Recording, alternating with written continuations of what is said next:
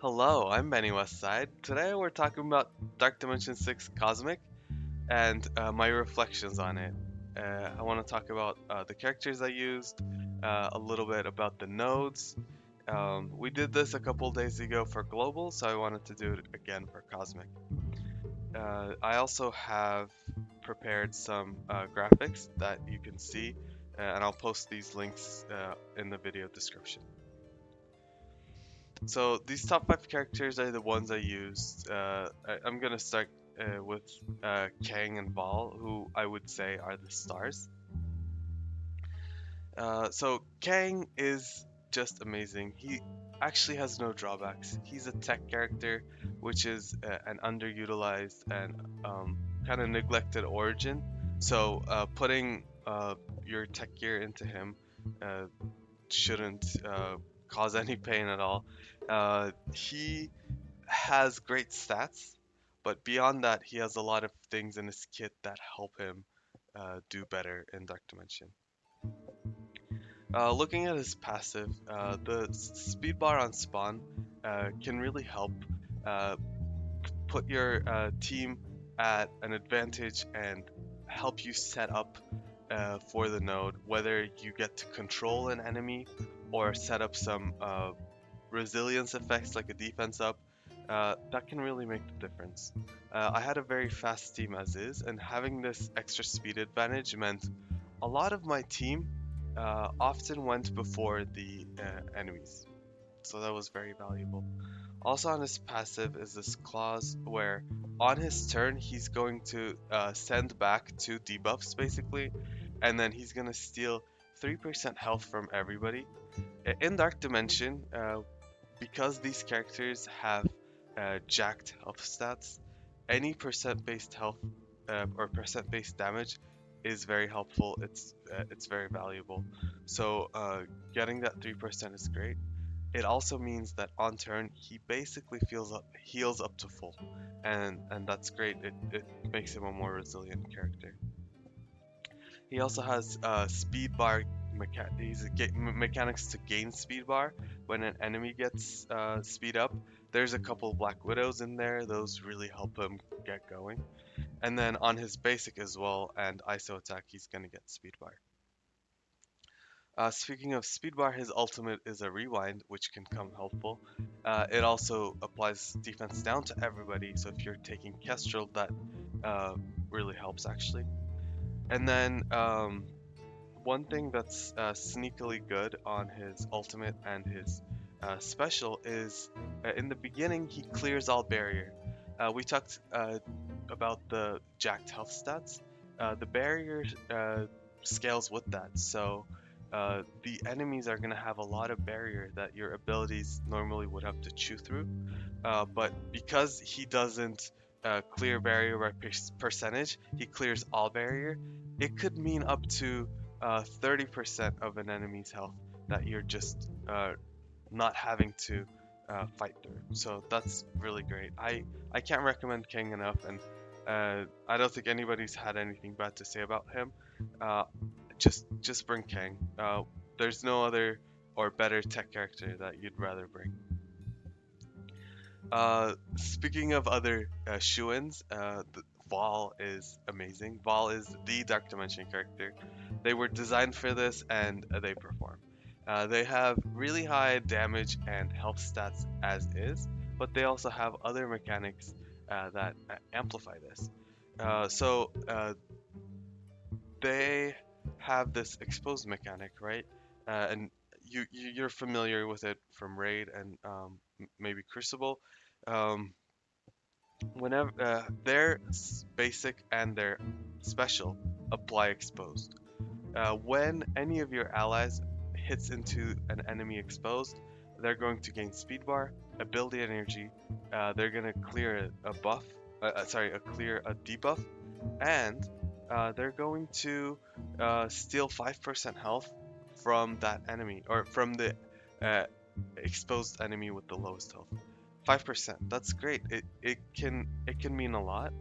And I was using this mechanic to chew through enemies before they um, finally take a turn and heal up to full, or ability block my character or something like that. So it was helpful. It's great to be able to use this to kill key characters. Um, their Let's start with the special. Their special is an AoE ability block. Uh, it makes a huge difference. You can just go in, ability block maybe 6 people at a time. Keep in mind there's a lot of enemies on the field, so it usually does hit 6 people, or at least 5. So that's great. And they're gonna apply defense up to self and all allies, which Kang also does on his special. So I had good resilience elements.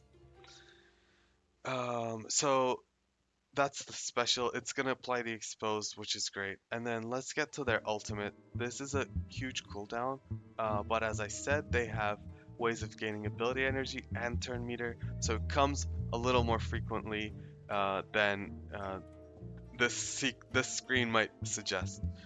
This is a massive ability. It's gonna steal 25% health from everyone and redistribute to your team. That's amazing sustain. Uh, this is unavoidable, so it's gonna land no matter what. And then they're gonna apply these buffs, deflects, evades, and death proofs to all hero allies, which most of my team was hero, so that helped. And then they're also going to revive 2 allies. This is just helpful. In Dark Dimension, characters die, it happened. And in Global, I was resetting a lot more because I would lose the character and I was like, no, no, no, I need them. But with Vahl, it's sort of this whack-a-mole thing where they go and they come back, and it's like this revolving door of characters as long as Vahl is still alive. So that was great. And speaking of, my runs are also on this playlist on YouTube, so you can check them out, see how these characters perform firsthand. So yeah, the ultimate is amazing, and then the basic also applies exposed, does some buff flips and things like that. But I would say the exposed is the more important thing. So speaking of ISOs, Kang I ran as striker. The speed bar gain on his ISO attack I thought was very valuable. 20% is a lot. Vahl I started with skirmisher. I'm not chuffed with their focus stat, to be honest with you. It's not great, and it's still not great even now that I have them at 6/6. But so as I was running skirmisher to land that exposed, which can be resisted, somebody in chat pointed out to me that when they apply the expose on their basic or their special, if they come back and hit it with an ISO attack, that will trigger the expose and they will get speed bar and ability energy. It works sometimes, it doesn't sometimes. I don't know what it is. I don't know what the problem is. But that's why I swapped to striker. And then I was at a point where I was done with the Apocalypse Saga, so I could start blue 5-ing characters. Pathfinder Gaming, big shout out to my buddy. He in his video pointed out that Vahl has one of the biggest health pools in the game, and the nice thing about Striker is if the enemy has 2 vulnerables, a Striker attack will do another, like a third hit, based on the on your character's health pool. So 15% of this character's max health. Look at Vahl's health. That's 2.5 million health. So on that Striker tertiary attack, they are going to do like 50? No, 40, like 40, 400,000 health. That's crazy. That's just so much damage. So because of this massive health pool, the Striker pulled ahead for me. Until the blue 5 mark, I still would say Raider, and then if you're having focus problems, Skirmisher. Alright, those were the stars. Now let's look at the Marvels. Let's talk about... actually, no. I want to talk about Captain Marvel. Captain Marvel is the first character I took to Gear 18. She's my favorite character in Marvel, and I was not going to do this without her. Uh, she's not a good investment for Dark Dimension. Having her gear 18, I wouldn't say is a good investment outside of Dark Dimension either. But I wanted to have her with me, and she's, I love her. She's expensive, so it, I wouldn't even say she's like a good fifth character to bring along. Uh, there's a lot of more, cheaper options. Um, that said, she did have some small benefits that she brought. One thing is she heals herself on turn, so she wasn't uh, she wasn't dying constantly where I had to like drag her through. So she had some resilience. She has buff clears on her special, and she gave some small stat bumps to Photon, which helped. And then when she uses her ultimate, it gives Photon an extra charge. So that was something.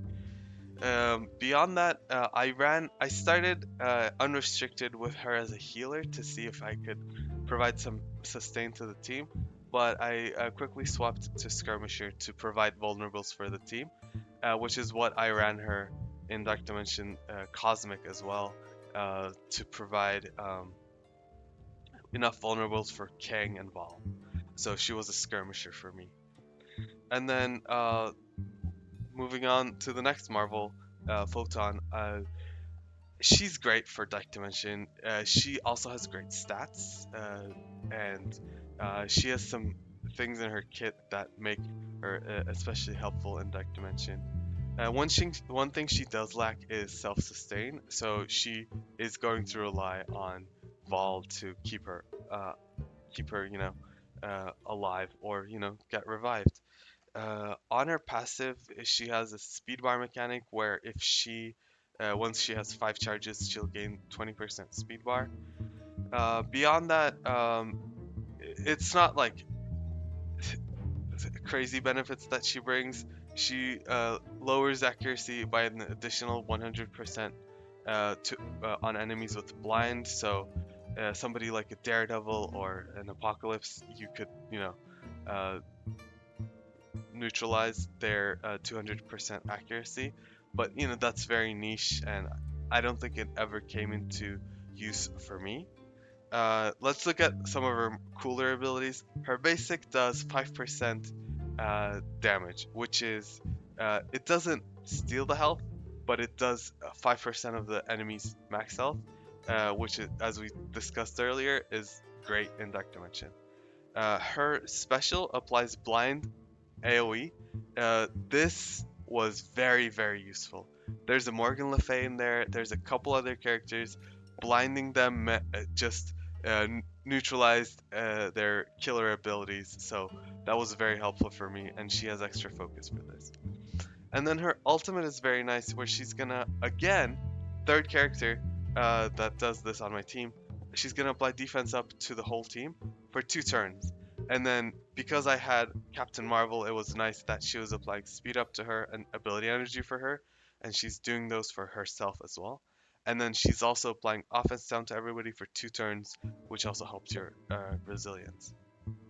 Beyond that, I know she's bio, but she takes 2 minis. So like this is the bio character that you are saving bio for. Take her up. She's on the arena team. She's war meta. She's a great character.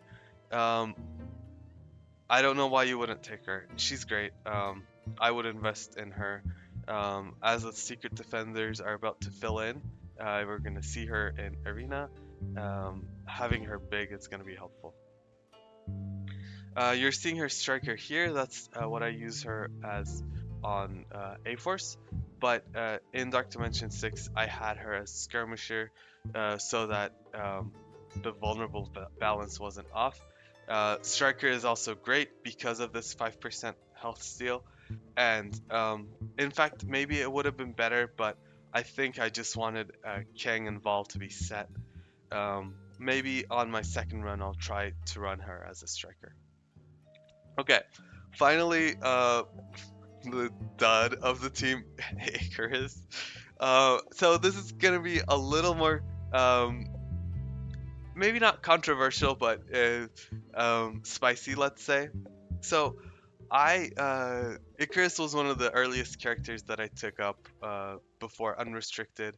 I was certain I was gonna take both Cersei and Icarus, and I just didn't have enough osmium for Vahl at the time, and it looked like it was gonna take a long time. So I said, what the heck? Let's do Icarus now. Gain the benefit in arena, not in arena, sorry, in war, in Crucible, and I'll build up to Vahl and Cersei. What do you know? It a couple weeks later, they announce Secret Defenders. We find out about Photon, this arena character, war character, and she's cosmic and she's cheap. So I pivoted with, a lot of consideration. Having heard from people that have gone through that Vahl and Kang carry, I thought, you know what? Maybe I can get Icarus carried, and I can save some Mystic gear for later. So I didn't bring up Cersei, but Icarus was already up there. Um, so he was kind of the dud. Without Cersei, unfortunately, he loses so much from his kit. He doesn't have health, the healing on turn. He doesn't have the flip on his ultimate. His basic is just a single hit. His special is a single hit, but it calls one assist, which sometimes was useful. I would hope that he calls a Vahl or a Photon for an assist, or maybe a Kang to get the benefits of their ISO attacks, or assist attacks. So, and then his ultimate literally is just an AoE with raw damage. Without Cersei, it's pretty bad. One thing that did end up being useful was on spawn, he's going to apply offense up to everyone. As I said, my team was a fast team, and then with Kang's passive, they went even earlier. That meant I could use these offense up abilities very early on. Like, for Kang, it was very useful because I didn't have to set up his ultimate with his special to get the offense up. I already had it, and if the ultimate was ready on spawn, I could just spray everybody with an offense up AoE and rewind them further and get defense downs on there. So this offense up was honestly more helpful than I would have imagined. And then he has this debuff clear on his passive. Honestly, I didn't see, I didn't notice any specific instance where I was like, yes, Icarus, thank you for doing that. But maybe it didn't come to my help along the way that I just didn't notice. So yeah, that all said, I would say the four easy choices for Dark Dimension Cosmic are Vahl, Kang, Photon, and Kestrel. Like Kestrel's skill and tech, that's an easy choice to make. I think these four are probably like everybody's top four or easy picks, and it's all about the fifth, whether it's like a Starlord Annihilation or a Korg or Cosmos, something like that. I would say don't discount Ikaris as that fifth character. With that four, you're not going to need a character that's going to pull a lot of weight. And Ikaris is just going to give you so much value in War and Crucible. He's still a fantastic character at the meta, and he's going to bring a lot. And recently, actually, until Black Cat comes out, this in between week or two where we're seeing a couple secret defenders with apocalypses and like maybe horseman or a Kang. I've been using him in arena. Like Ikaris and Cersei have been helping me in arena, which I wouldn't have guessed since Morgan Le Fay released. But yeah, they've done that, and having him maxed out has been a big part of that. Yeah, so I have been running him as a raider for maybe almost a year now, and I like it myself. I know Striker is a good choice as well. So I just kept him as a raider in Dark Dimension so that he could provide some more vulnerables. And then towards the end of my run, I blue 5'd him, which helped even further by boosting his stats. So yeah, that was my team. Um, Looking overall, I don't know if there's anything further to say. So let's just go look at the nodes.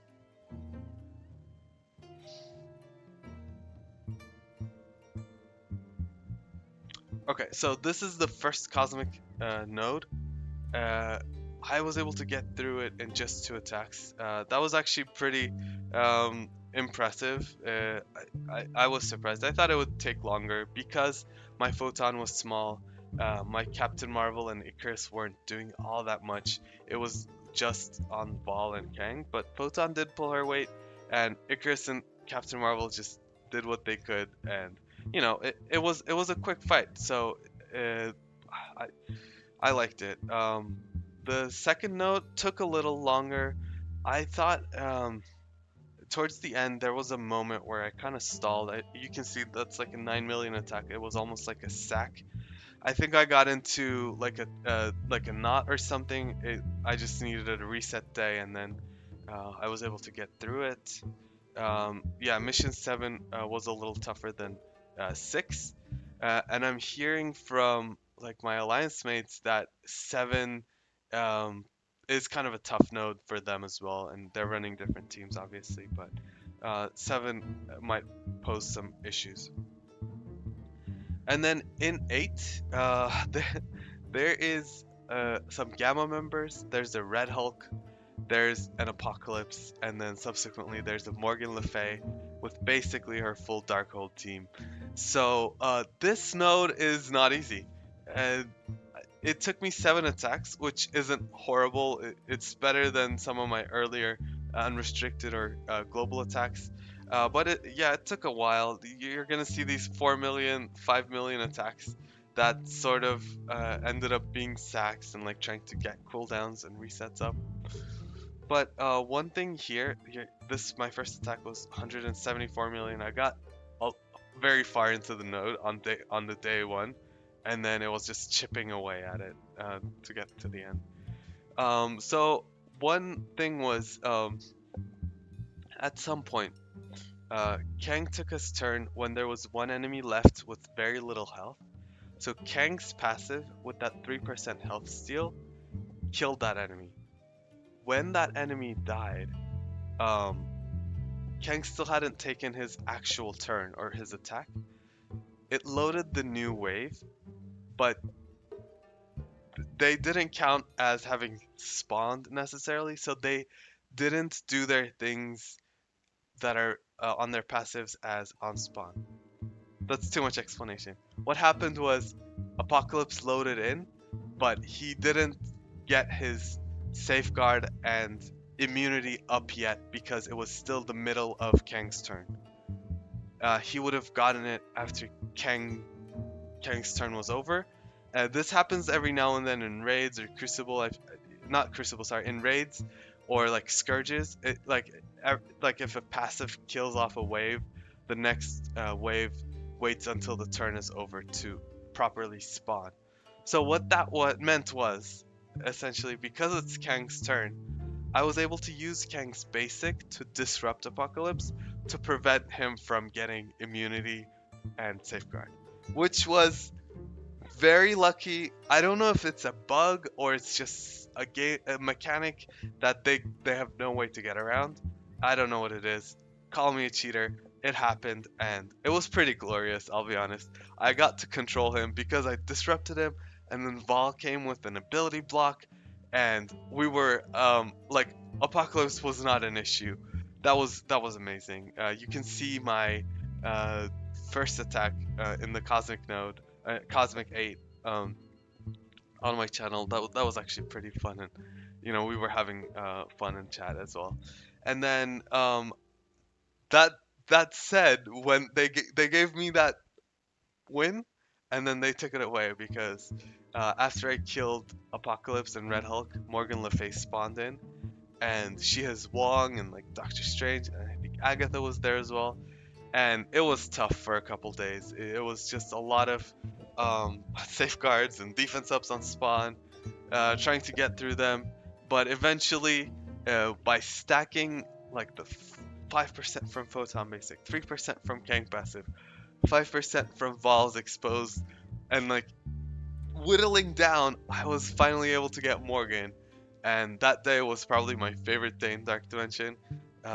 So this node, while stressful, did also provide a lot of highs for me. So I hope you want to check that out. So I think that's it for Cosmic. I've talked for almost a half hour now. Um, Let me know who you're interested in taking.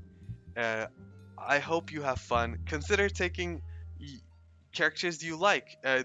This is a lucky section because there's two very strong characters that can carry it. You're able to get a little looser with who you're bringing. So I'm interested to hear who you're planning on taking to Cosmic. And then, yeah, soon I'm hoping to do a video where we talk about my city prospects. I'm still deciding, and I still don't have the gear, frankly, so it's gonna be a bit. But yeah, watch out for that.